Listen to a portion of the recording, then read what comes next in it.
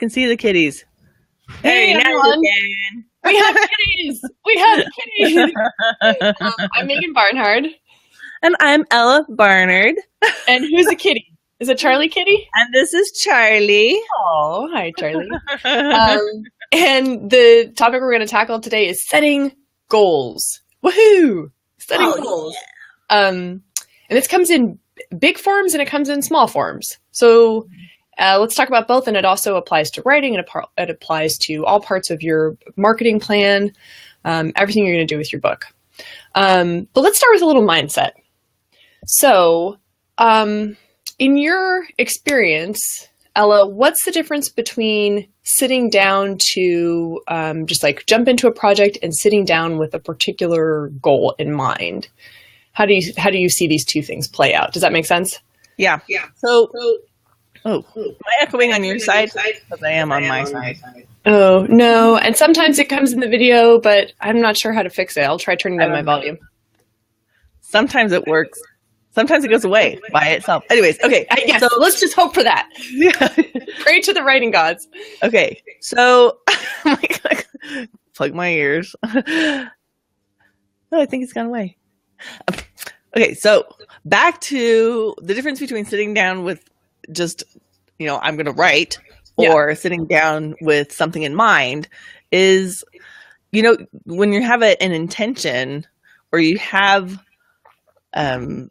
basically it takes it like when you like, I have all the freedom and I have all these choices to make and anything could happen. It actually it seems like ideally you want to be like, that's exactly the way I want it to be. I want to be able to do whatever I want to do, but actually our mind has a really hard time, making choices then. Cause you're like, there's so many choices. We actually get stuck. Yeah, and it's easy to bop around, right? It's like, it's easy to dabble. I'll do a little over here, I'll work on my introduction, and then I'll go over to chapter 3, and then I'm back on working on my cover. And then, but when you can sit down saying, okay, today I'm working on this chapter, or this scene, or this, and you have an intention. And even if, let's say you don't do, like you say, I have this scene, but if that's not working, you have like, this is my A, B, C, D priorities today. Yeah. So if this doesn't work, this is plan B. If that doesn't work, but have an intention and then you can do those things. And I just think it's more efficient.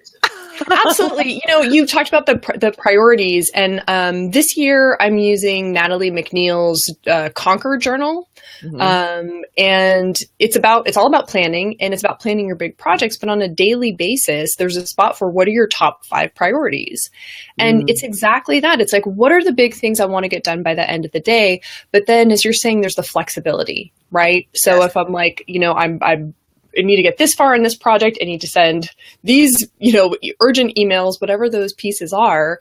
But when you come up against that stuck place, you have flexibility within the goals you've already set. Yes. And it's a great thing to play with and see what amount, because it's probably different for all of us, what amount of containment versus openness works for you.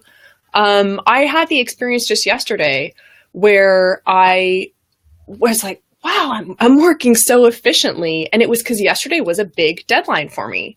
There was something that I had just a few finishing. I wanted to make sure I put my eyes on it one more time. It had been proofread by an editor, but I wanted to make sure I put my eyes on it one more time. And then I had to format it to send it off to where it was going. So what was on my priority list for the day was not work on this project, but finish and send this project. Yeah. And I noticed such a difference when I sat down to start working on it, that I was focused on getting to a certain point. And it doesn't always have to be finishing, but getting to a certain milestone was a huge factor in how effectively I was working. And, after an hour and a half, I looked up and went, I was really working that whole time. That felt really good. I'm sorry about this. Your cat has a goal. His goal is to give writing help. It's like, Anyways, I'm sorry about it, people.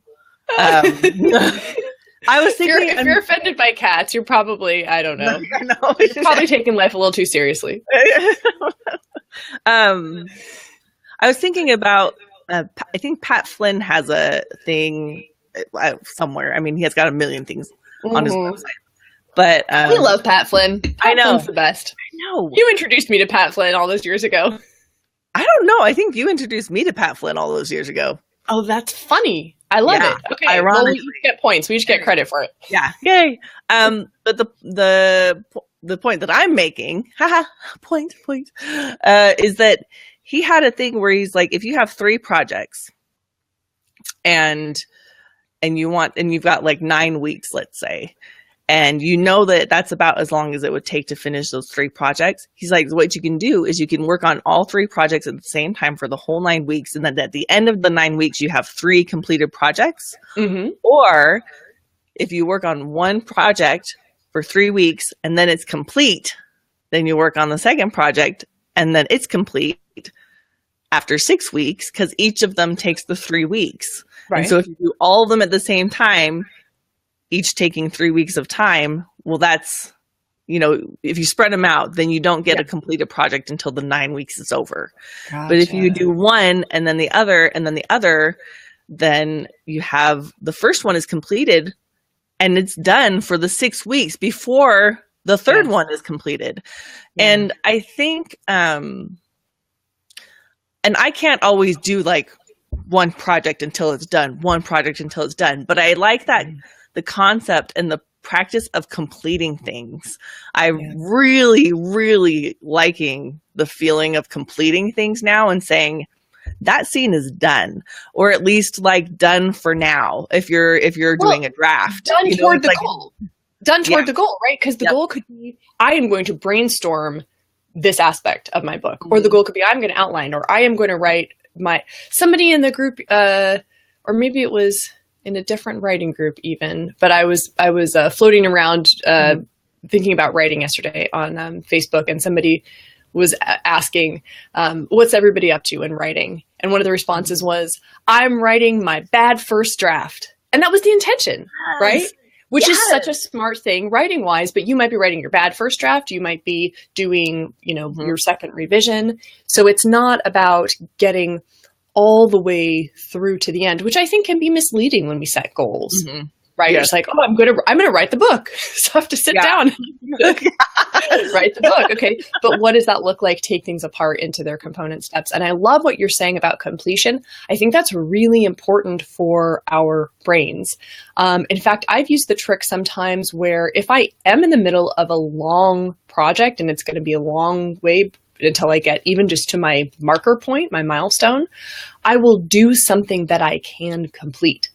I will go and make a graphic for a blog post, or, something that is small enough that I get to then check it off, and sending that message back to your brain of, hey brain, all that work you're doing, guess what? It led to this thing being completed, is so important for mindset. It's important for keeping us going. Yeah.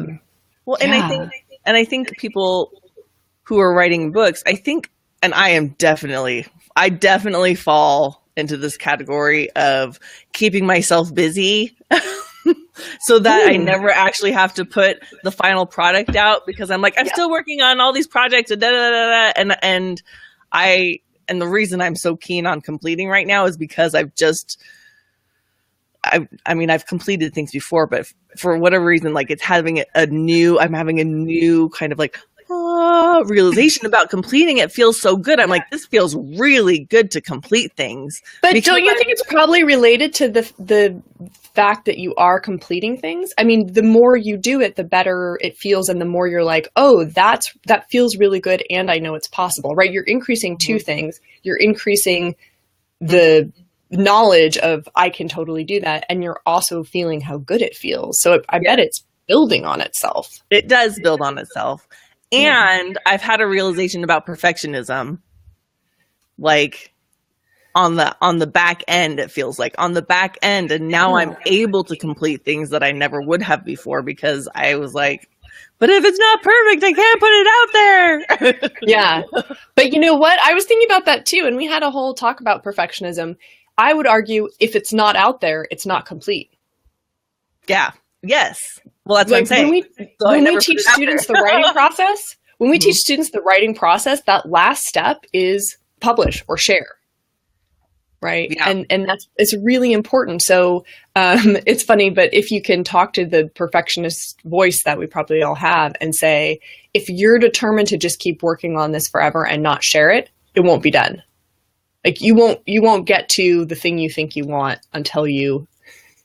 I knew that. Yeah. I knew that subconsciously, but it was like, no, of course. Yeah. But anyways, that's like, I think for a lot of people who have trouble completing or have trouble, I think that's part of why it's hard to complete. Absolutely.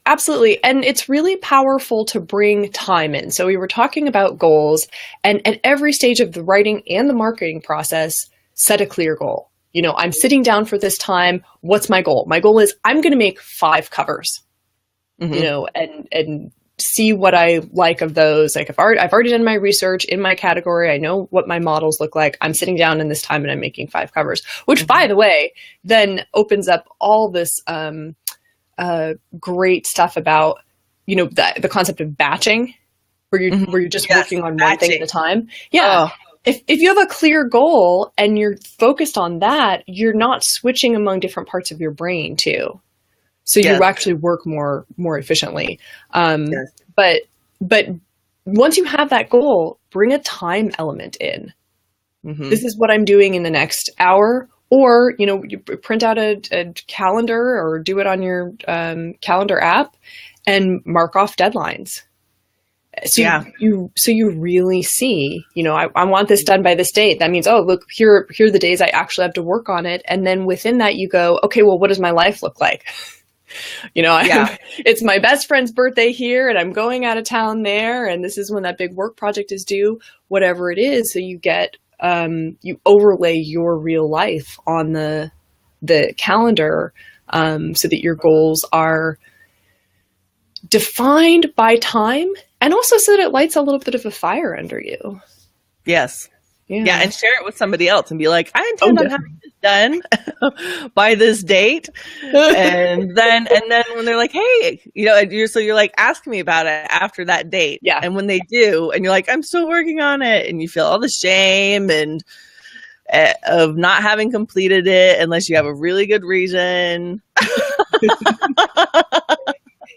And then also sometimes you surprise yourself and you get things done in time you didn't imagine, right? Like it's the night before the deadline you announced and you go, you know what, instead of watching one more episode of Stranger Things, I'm going to get in there and write. You know, the pressure of time can be really positive in that way. I surprised myself and I did more writing this past winter, like between December and March. I did more writing than I'd done, I don't know, all of the previous year, because of that accountability with writing students. And it was about, you know, all right, we're all going to have gotten to this point in our stories by this time, or what, you know, sometimes we had to be flexible on that, but it was the expectation everybody is showing up and having put in the work each time we meet. And I use that as a wonderful accountability piece for myself to just say, I'm in this too. So awesome. So powerful. Do you ever get stuck trying to set goals? I wonder if some people struggle with, how do I know the kind of goal to set or whether it's a reasonable goal? I think people usually set goals that are way bigger than they're able to complete. Not that they're able to complete, but it stops them from actually moving forward towards the goal. So I think one tip that I would give people is to set smaller goals that lead towards the larger goal, which you've said. But it's like, you know, I'm going to finish this scene versus I'm going to finish this chapter. Yeah. And you know what's super... Oh, sorry, go ahead. Okay. What's really helpful on that front is we know what the final product is. And so if you start from the big picture and try to, make smaller pieces, we can get over our heads. But you and I are both big fans of checklists. Yes. And that's a really key component in setting goals, because you can go the other way. And it's Steve Scott who has a great ebook. It's How to Write an Ebook in 21 Days That People Will Like. And it's on Amazon, and it's worth reading. And it's about nonfiction ebooks. And if you already know what you're writing about, you don't need the whole preliminary section. But he has a checklist that's 46 steps of all the things you need to do before you can hit publish on Amazon. And 46 is a lot, but it's fantastic, because then you know exactly how.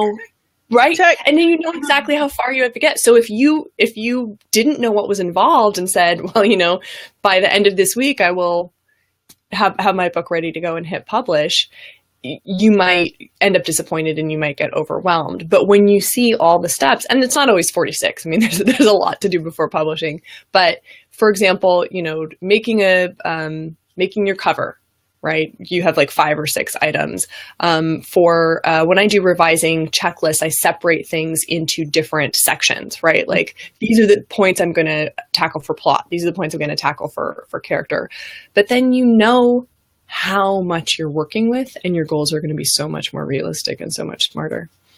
Yeah. Yeah. Plus, it's so satisfying to cross the thing off the list or make the check mark or whatever it is that you do. I cross it out. I can see it, but there's a line through it because it's done. I take a brightly colored pen, pink or purple, and I draw a bubble letter outline or check off, and then color it in. Oh, nice! You just get a big swath of. You don't just tick. You're like, let me just make this a giant mark. Awesome. Which sounds maybe kind of juvenile, but again, your brain deserves and it needs the recognition that it's doing the right thing. So like you were talking about, Ella, with completing tasks, and instead of doing a lot at once, doing them one at a time so you can get it done, a check mark, a sticker, a jump up and go woohoo. It's really important to do something that sends the signal to your brain that's appreciated and like you finished. Because we see that there is a lot to do. You need the motivation. Don't treat yourself like an automaton. Don't treat yourself like a robot that can just keep working tirelessly no matter what. Give yourself the recognition of what you've already done. Yeah. Super cool. Yeah. Super cool. Okay. This makes me want to go set some writing goals and make a checklist right now. I love putting things. One more thing. I love putting things on my checklist that, like, I will add things to my checklist at the end of the day of things that I did that I wasn't expecting to do during the day, so that I can cross them off. So I'm like, I vacuumed and that wasn't on my intentions for the day, but I did do it because it needed it. And I'm adding that to my list so I can check it off, because I'm like, it was things that I did. I'm celebrating my progress. I'm celebrating whatever it is that I completed today and giving myself kudos for all those things. And I love it. It wasn't on the list at the beginning of the day. So if we had to wrap it all up, it's know what's involved in the project, set goals that have dates associated with them and accountability, and celebrate the things that you've done, whether they were on your list or they weren't, but they were important. Yes. Woohoo. Yes. You go. Goal setting in a nutshell. Yeah. Awesome. Well, especially in relation to writing or marketing, we'd love to hear from anybody. What do you do to set goals? Where do you struggle with setting goals? Where could you use some support for setting goals? And also, if anybody would like to take advantage of the fact that we are in a group and we could hold one another accountable, that's part of why we're here. If feel free to declare the goal that you have and what you're working on, and ask people to hold you accountable, and it'll be in a friendly, fun, encouraging way. But it does make such a big difference. to put it out in the world. Yes. Yeah. Woohoo. Wonderful. Woohoo. Thank you so much. Yeah, thank you. Go off and set some goals, everybody. In the group. We'll see you in the group. All right. Sounds good. Ta-ta for now. Oh, it's taking a minute to let me edit. Okay, now we're ending. Goodbye. Okay.